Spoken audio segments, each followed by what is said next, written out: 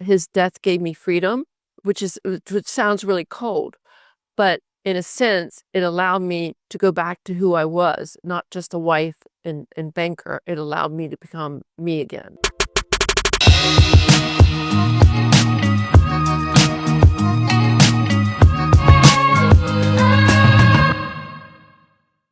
Absolutely wonderful, because it opens the doors for people to buy well-designed suits such as these, what you're wearing and what I'm wearing today, because you could actually see what you're going to look like in it, because there's a model your size wearing it. And I think that helps people visualize and create their own fashion sets. Interesting. Earlier on, you mentioned you lost your husband. What was that? I lost my husband in 2017. Yeah, Wow. yeah, 2017, right before COVID. Well, long before COVID, but yeah. Oh, Yeah. how long were you together for? We were married 27 years, but we were together 36 years. That's 6 years. Yeah. And Yeah. how has the process been after?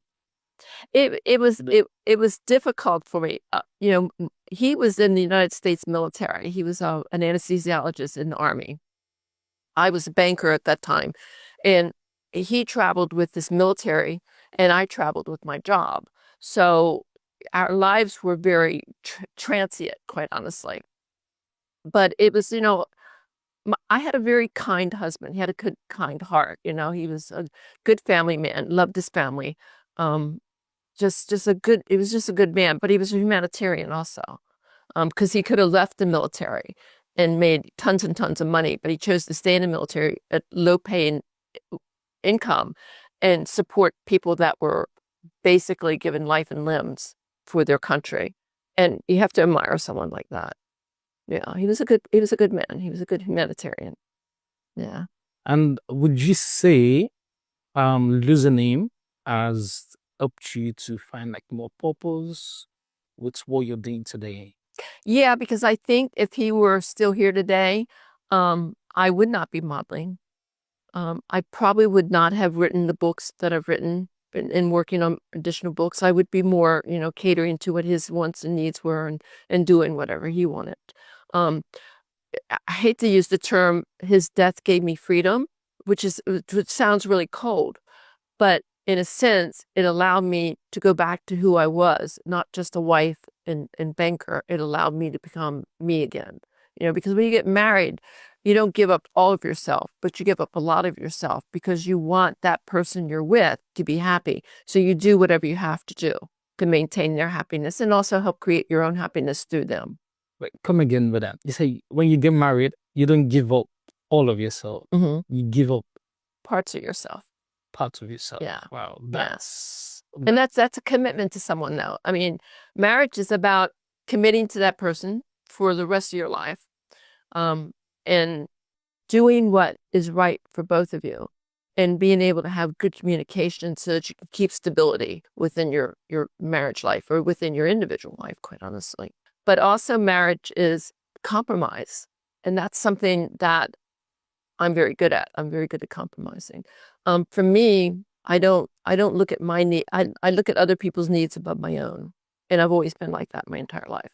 And so for me, my ideal marriage for me was to give my husband whatever he needed of me. And I think he did the same for me, and it worked well. It worked well. But again, the old saying is, don't go to bed angry. Don't go to bed angry when you're married. If there's an issue, don't carry it over the next day, because the next day it's exaggerated. Okay. It becomes fermented and stretches. Yeah. If you have to set up all night talking about an issue, set up all night talking about the issue. Find resolution and realize one person can't always be the compromiser. Compromising means both people are agreeing to do something or to give up something.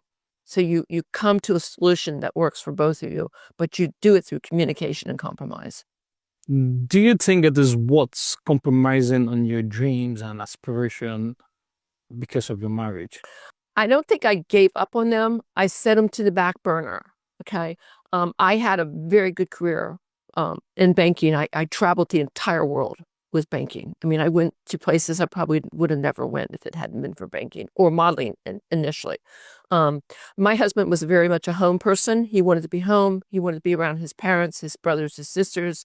I'm an adventurer. He wasn't, so we learned to compromise. So when I was home, we were together. When he was deployed someplace, I was at home waiting for him. There was never any discussion or any disagreement that I wouldn't be there when he got back. And there was no discussion or determination that he would not be there when I got back. We agreed when we got married that no matter what it took, we would stay married for the rest of our existence. And that's a commitment. That's a commitment in life. And a lot of people aren't able to commit anymore. If I commit to you, I'm going to be there for you. It's like anything else. If you tell your employer you're going to be there at 9 o'clock in the morning, that's a commitment. You're there at 9 o'clock. Okay, you're there because you made that promise not only to them but to yourself. Would you say that in this generation, do you see that declining? You know, I'm gonna answer that two ways. 5 years ago, I would have said the younger generation.